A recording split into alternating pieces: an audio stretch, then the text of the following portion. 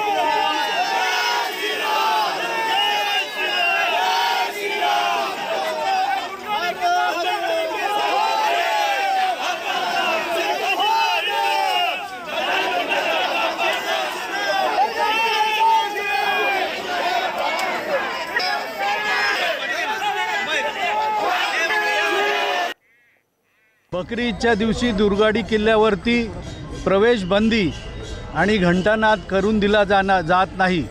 निश्चितपणे हे आंदोलन वंदनीय शिवसेना प्रमुख बाळासाहेब ठाकरे यांच्या आदेशाने सुरू झालेलं आहे आणि हीच परंपरा दिघे साहेबांनी पुढे सुरू ठेवली आणि त्यानंतर आता एकनाथजी शिंदे साहेब यांनी हे आंदोलन सातत्याने गेले 20 वर्ष सुरू ठेवलेलं आहे आणि निश्चितपणे जोपर्यंत न्याय मिळत नाही तोपर्यंत हे आंदोलन आम्ही चालू ठेवणार।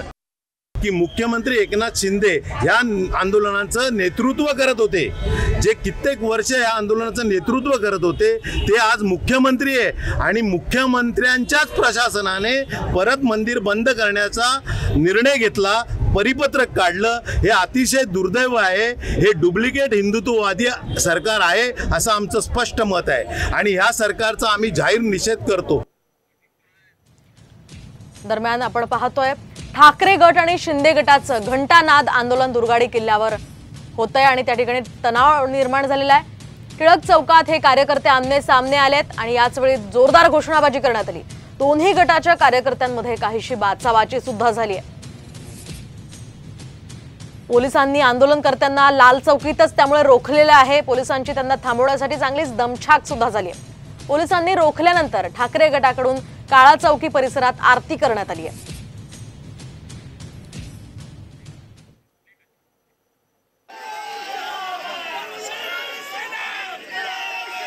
आणि या संदर्भात आपण अधिक माहिती जाणून घेऊयात आमचे प्रतिनिधी अभिजित देशमुख यांच्याकडून। अभिजित, काय सांगाल, दुर्गाडी किल्ला परिसरामध्ये सध्या ठाकरे गट आणि शिंदे गट आमने सामने आलेला आहे, सध्याची काय परिस्थिती आहे? खरं तर 1986 पासून बाळासाहेब ठाकरे आनंददिघे यांनी आंदोलनाला सुरुवात केली होती। दुर्गाडी किल्ल्यावर हिंदू व मुसलमान अशा दोन्ही समाजाची श्रद्धास्थानं आहेत। मात्र बकरी ईदच्या दिवशी हिंदूंना या ठिकाणी काही अनुचित प्रकार घडू नये यासाठी नमाजा दरम्यान पूजा अर्चना करण्याला बंदी घालण्यात येते। या बंदी विरोधात बाळासाहेब ठाकरे व आनंद दिघे यांनी 1986 पासून आंदोलन सुरू केलं होतं, ते आजतागायत कायम आहे।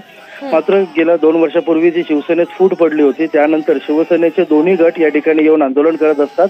आज देखील टिळक चौकामध्ये शिवसेना शिंदे गटाचे आमदार विश्वनाथ भोईर, जिल्हा प्रमुख आणि शेकडो कार्यकर्ते पदाधिकारी त्या ठिकाणी जमा झाले होते। मात्र त्याच वेळेला ठाकरे गटाचे कार्यकर्ते पदाधिकारी देखील त्या ठिकाणी जमा झाले।